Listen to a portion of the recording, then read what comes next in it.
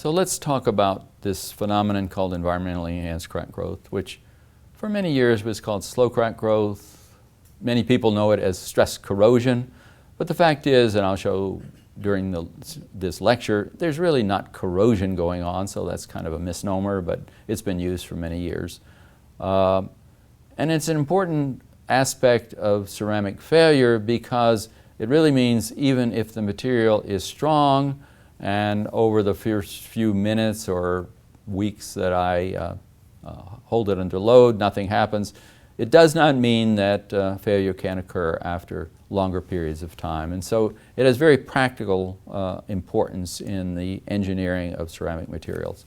And also great deal of interest because what goes on, the chemistry and physics, what's happening is particularly interesting. The knowledge of this goes back a very long way to 1899 by a man named Grenet, who showed by putting glass plates under load that you see here, simply hanging a bucket and putting water in the bucket. He could put a load on the material, wait for a period of time, and lo and behold, he would get failure. And he was the one that said, this means that there's something must be happening that causes what he called delayed failure. Following that, there was a lot of early history to trying to study delayed failure, but as I said early on, before the advent of fracture mechanics, the study of failure depended on making strength measurements, on measurements of the strength and seeing what time they failed. I couldn't really see how fast the crack was growing. I really couldn't look at what might be happening at the crack tip or look at effects of chemistry or conditions on that crack growth rate. And so it required the development of fracture mechanics to really look at a lot more detail. So here is really what's happening into delayed failure. The strength of the glass, the bending stress at which failure occurs, is a function of the duration of the load. And you see here, this comes from a man named Shand, who worked at Corning Glassworks for many years. And this curve dates from 1954. And you see here that with time, the load required to cause failure decreases with time. And this is out to a fairly long time, 6,600 hours, but it could have continued further. So this is what we mean by the term delayed failure. And just briefly then, I want to talk about what some of the progress was made over the years. The history of science and how understanding came about has always been fascinating for me, and I've taken the time to look back at the literature and try and understand where the key publications came about to lead to what we know today. One of the first ones was a man named Orawan, who recognized that the fracture energy, I've used this term a lot, of glass was dependent on environment. So in other words, if you tested it in air or you tested it in moist air and so forth, made a difference to the fracture energy. And so this was kind of a key to the fact that the process of delayed failure was had something to do with environment in any case. In 1947, there was a publication by a man named Gurney who proposed that the strain at a crack tip made the material more chemically active. In other words, glass by itself is very inert. You can put glass in water, and people have recovered glass from seawater after centuries, and pretty much nothing happens to it.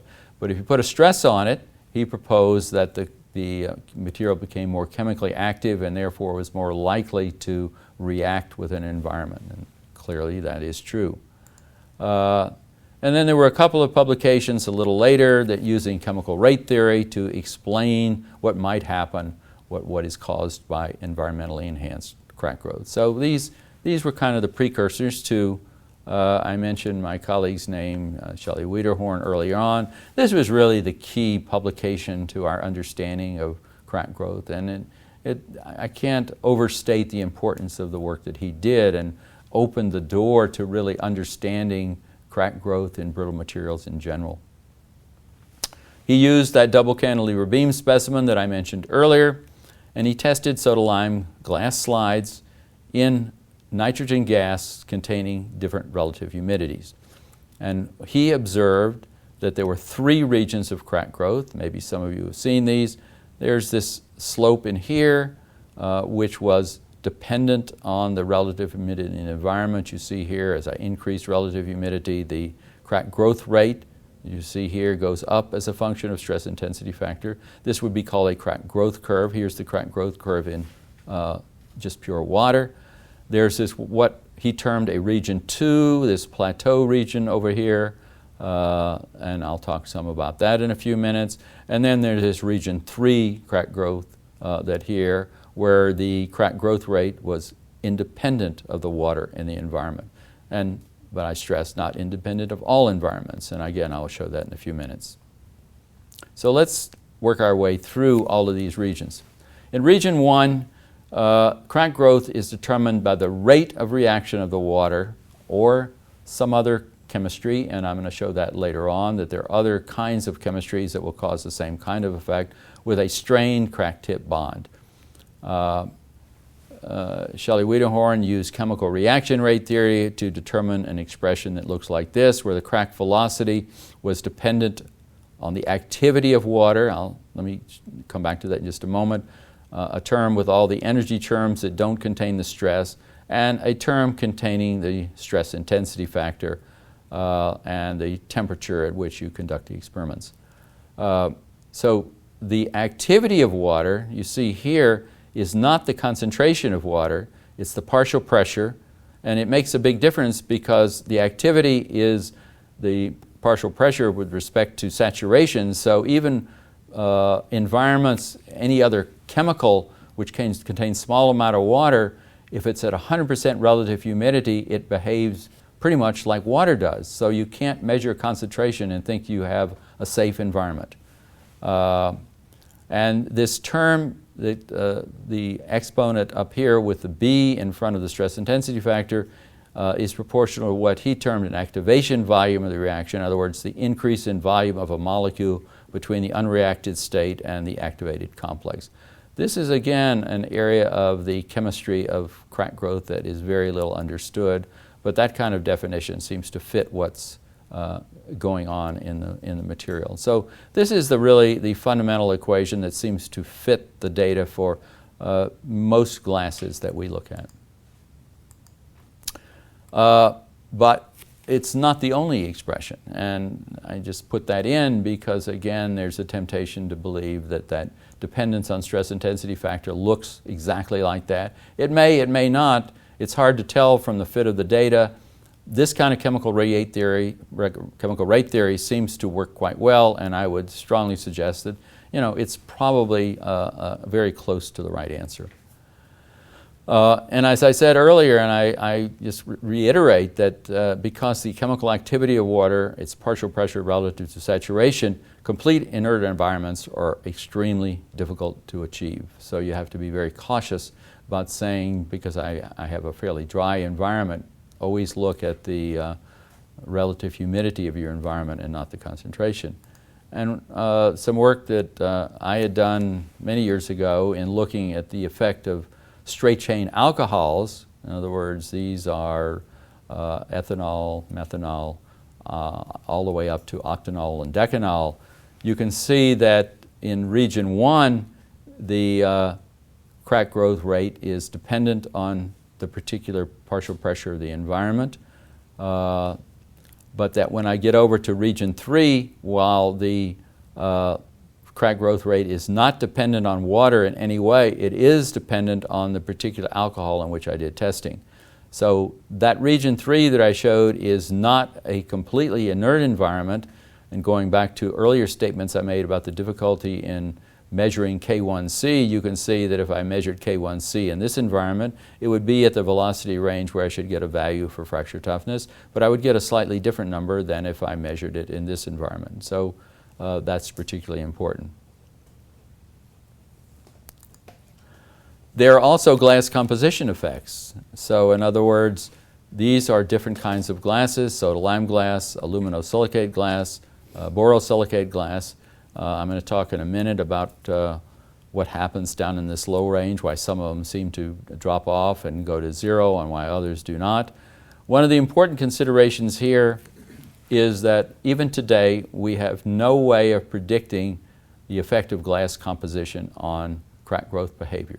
So if we make a glass, we vary the composition even a small amount, the likelihood is you will change the behavior, you will change the crack growth behavior of that glass in a way that is unpredictable. And so therefore, one has to go measure it. It would be, hopefully in the future, we'll find ways of predicting what that change might happen, but today, experiment and testing is the only way to get to that. There are also other effects, the crack tip pH, so particularly going from water to basic environments, this is sodium hydroxide, produces very large changes in crack growth behavior. Acidic environments, as you see here, produce less of a change. But again, something that's unpredictable in terms of just knowing the composition of the glass. So that's why testing becomes so important. I mentioned at the outset of discussing the work on this that in Region 2, instead of being crack growth rate or reaction rate controlled, water is now, the diffusion rate of the water to the crack tip is the controlling aspect here, the controlling step in the behavior. And there's a publication out if you want to see more detail. So crack velocity then is dependent on the so-called Stokes-Einstein relation, where the radius of the water molecule is important. And the ratio now, it is concentration of water to solution viscosity becomes important. So before, the strain bond reacted with the water at a certain rate, and that controlled how fast the crack was growing. Now the crack is growing faster, and it takes the water some longer time to reach that strain state, so it's the slow step in the reaction. There are also glass composition effects. So in other words, these are different kinds of glasses, soda lime glass, aluminosilicate glass, borosilicate glass. I'm going to talk in a minute about what happens down in this low range, why some of them seem to drop off and go to zero and why others do not. One of the important considerations here is that even today we have no way of predicting the effect of glass composition on crack growth behavior. So if we make a glass, we vary the composition even a small amount, the likelihood is you will change the behavior, you will change the crack growth behavior of that glass in a way that is unpredictable. And so therefore, one has to go measure it. It would be, hopefully in the future, we'll find ways of predicting what that change might happen, but today, experiment and testing is the only way to get to that. There are also other effects, the crack tip pH, so particularly going from water to basic environments, this is sodium hydroxide, produces very large changes in crack growth behavior. Acidic environments, as you see here, produce less of a change. But again, something that's unpredictable in terms of just knowing the composition of the glass. So that's why testing becomes so important. I mentioned at the outset of discussing the work on this that in Region 2, instead of being crack growth rate or reaction rate controlled, water is now, the diffusion rate of the water to the crack tip is the controlling aspect here, the controlling step in the behavior. And there's a publication out if you want to see more detail. So crack velocity then is dependent on the so-called Stokes-Einstein relation, where the radius of the water molecule is important. And the ratio now, it is concentration of water to solution viscosity becomes important. So before, the strain bond reacted with the water at a certain rate, and that controlled how fast the crack was growing. Now the crack is growing faster, and it takes the water some longer time to reach that strain state, so it's the slow step in the reaction, and that is the rate that controls how fast the crack will grow. If I go further and talk about that Region 3 behavior, there's a more complex behavior and a little less known that you see here, in which there's an electrostatic contribution to that activation volume that I talked about earlier, and we believe this is the reason. There's a whole series of materials that we look at here. Again, there's a little less known about this region. This region is more interesting academically, but probably of less importance when we talk about the engineering aspects. Just to know, though, that as I said earlier, it is not a vertical line. There is an environmental dependence that you see here to the slope of the line, the slope of that crack growth curve in even Region 3. And so going back, you can see now that there's all of these regions. I talked a little bit about what happens here. I want to go back then and talk a little bit about what is called crack arrest. I talked about this, mentioned this downturn in the crack growth curve in some of these materials. Some of the difficulties here is how long do I have to wait to get data at these very low crack growth rates, and that will determine how accurately I can measure some of these points down in here. But you can see that in some cases, like vitreous silica and soda lime glass, there doesn't seem to be a downturn. In borosilicate glasses, there is this downturn, and it's caused, I'll show you in a moment, by a different kind of mechanism. In other words, what was termed for many years as crack arrest, it's not clear whether the crack actually eventually arrests or it's just a different kind of behavior down in here, but one can take into account when one designing glass structures. But other things can happen as well. Some work that we did at the National Bureau of Standards many years ago, those curves at low stress intensity factors can go in the other direction. You can see here for some binary glasses that instead of downturning, the plateau goes in the other direction. So it's probably not terribly important to most applications, but just to show that there's complexities down in this regime that one can see with any material. There's been a proposed mechanism of that downturn. There are a number of references that you see here, all of which you can look at and see some more detail. So the current mechanism that's thought to be responsible for this kind of downturn in behavior is that there's an ion exchange for alkali in the glass. It causes a stress buildup in front of the crack tip and the formation of a corrosion layer of increased toughness in this glass. So the crack gradually slows down. There's no evidence for this thing called crack blunting, which was a popular term over many years. There's been a lot of studies, a lot of controversy back and forth over whether cracks blunt at some low stress intensity. We've not really ever seen any evidence for blunting. Alkali-free glass, as I tried to say earlier, does not exhibit this kind of crack arrest, so we think this kind of exchange is really the key to what is going on down in this region. So, but now I've talked pretty much about water. I've talked about aqueous solutions. None of those studies early on describe why water should be the key. Well, there's a lot of chemicals out there that could react with a crack tip. Why is water the one environment that seems to be the key to causing crack growth? And this is what I want to talk about in the next section. Some work that we did, my colleague Dr. Terry Mikulski and I did a number of years ago, what was then the National Bureau of Standards. We asked the question, what is it about a water molecule that makes it so eager to react, if you will, with a strained bond at a crack tip? And I'll go a little bit into that.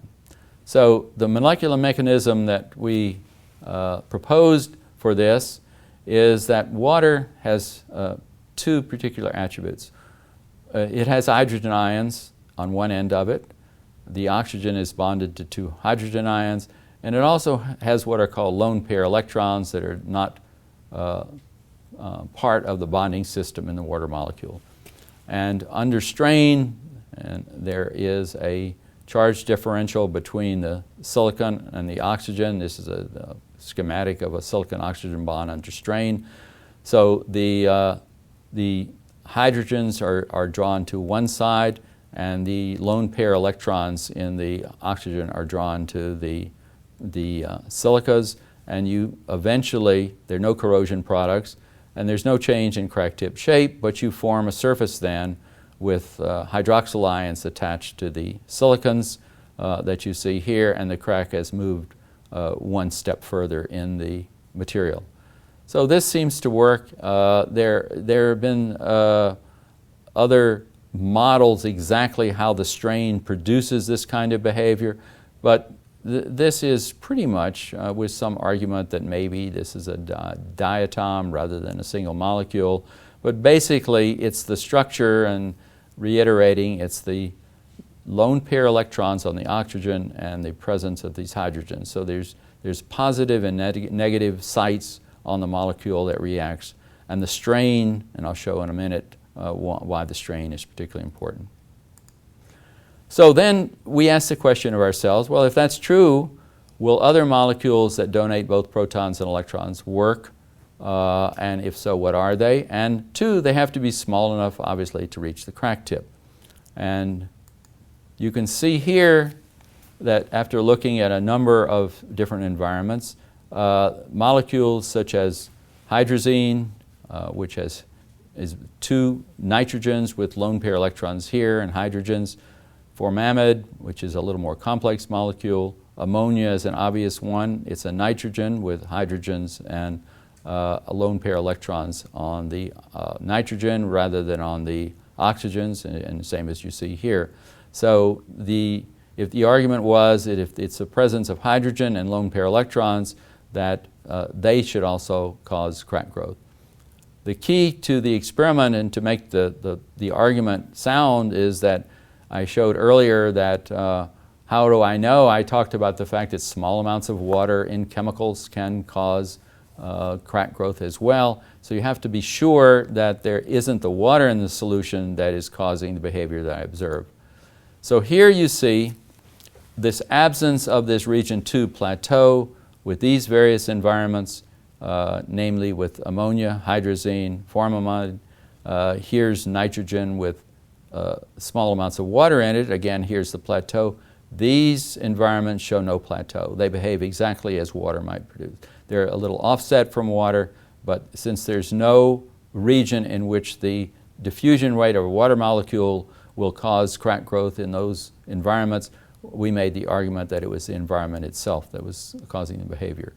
And kind of to further the same argument, we looked at other environments as well, nitrobenzene, acetonitrile, and here the plateau does appear that you see here, and so therefore it was pretty clear that these were not the kind of environments that would cause crack growth. This was, by the way, vitreous silica, so there was no effect of modifying ions. In a later study, one can see that if vitreous silica and soda-lime glass behaved mostly the same that you see here, not quite the same, and there's been very little work to understand why there are these changes in shape of these curves. But again, even in the four environments I show here, there's no indication that there's a different kind of mechanism that occurs, although there's some subtleties that we don't yet understand. My colleagues, Terry Mikulski, et cetera, later on proposed a more detailed way of looking at how that strain or stress-enhanced reaction occurs that you see here on a detail of the crack growth process, how the strain is put on the crack tip bond, silicon-oxygen bond, and there's some detail here, and I encourage you to go look at that. That again is still a subject for a lot more research, particularly with other materials besides silica.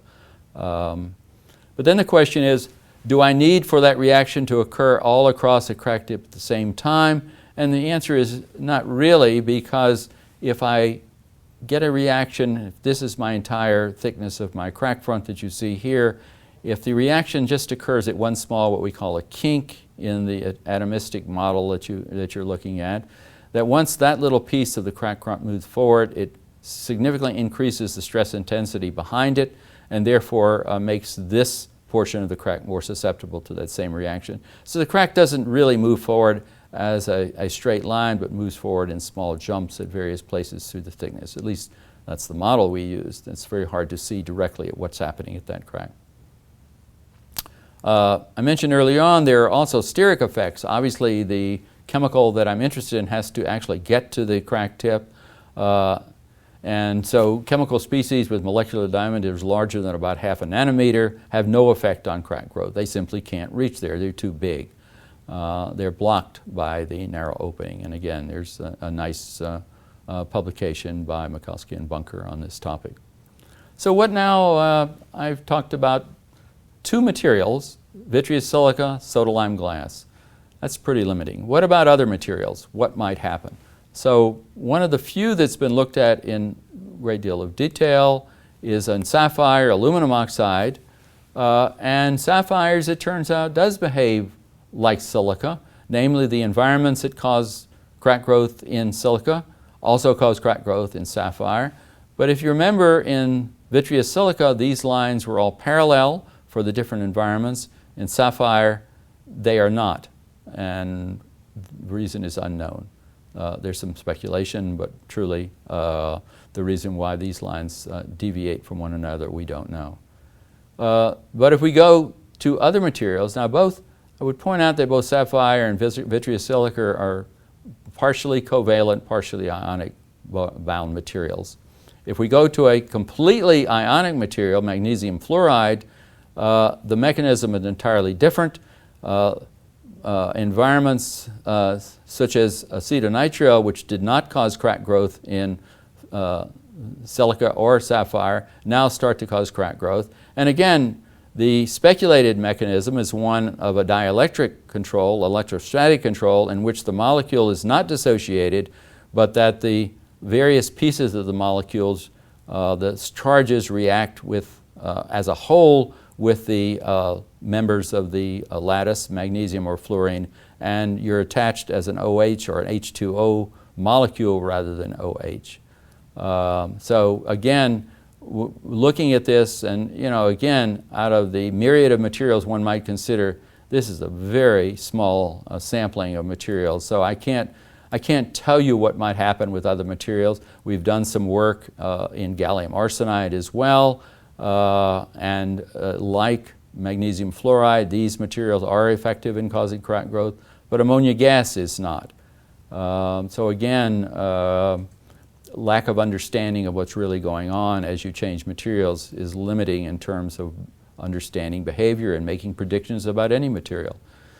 Silicon is particularly interesting. The semiconductor industry obviously is very interested in the possibility of long-term failure of silicon, single crystal or polycrystalline.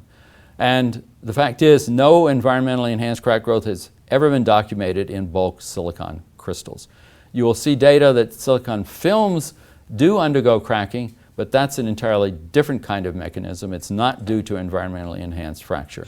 So again, I'll show later in some modeling work in the next section then of why we think that's true.